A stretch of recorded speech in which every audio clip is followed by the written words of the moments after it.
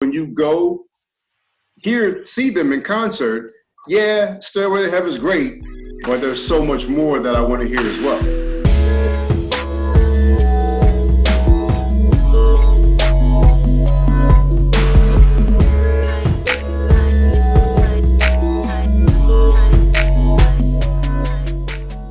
What's one dish that you would prepare for every New Yorker and something you really wanted them to try?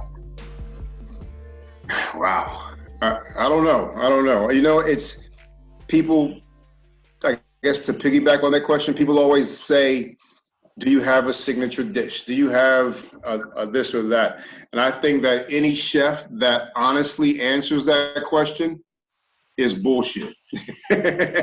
Because I answer to it like that. If you go see Led Zeppelin in concert, right? You might know their songs, whatever, but you're not buying a ticket to go see Led Zeppelin just to hear Stairway to Heaven. You know, there's a ton of music that Led Zeppelin has done that's beautiful, and everyone wants to hear that. So when you go see them in concert, yeah, Stairway to Heaven is great, but there's so much more that I want to hear as well, you know? So when you go to any chef who might be known for certain dishes, but there's so much more to them than that one dish. People come to me about, oh, you make the best fried chicken, yada, yada, yada. Oh, your biscuits are the bomb. But if you're only looking at me just with that, you're not really seeing everything about me. And that's unfortunate. You know what I mean? Because there's so much more to me, my style, my background, my story, than just fried chicken and biscuits. You know what I mean? So I can't say one dish that I would make for everyone. How about I cook for them for a week with a different spread every day, and then they can kind of tell me. Just to build off of the music and Led Zeppelin metaphor, it's probably more about the album and the whole experience than it is about the single. That's correct. That's absolutely right. Absolutely. Yeah. Now, the one overarching trend question that we wanted to ask you was focused on these new fusion restaurants and fusion style dishes.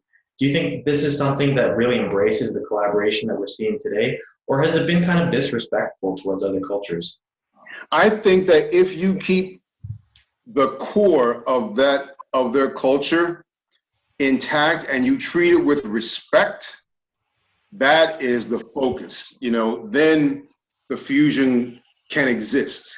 You know, I think that if you take, you know, a chef or an idea or a culture and your main focus is just to monetize it and bastardize, you know, their culture or whatever, you know, to where basically you don't give a F about the story.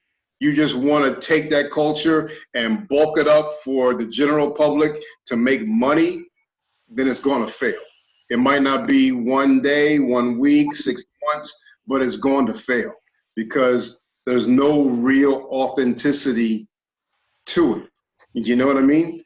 But if you take the culture and you respect it and you know, have pieces of it that you want to share with the world, maybe some that you might want to hold back, you know, and then you groom that and mix it in with the food, the music, everything that you'll experience when you're at this restaurant, you know, then it could be a beautiful thing. Because I think that there's so much to our culture in general, you know, from all walks of life that more people need to know about, you know, than just what's surface.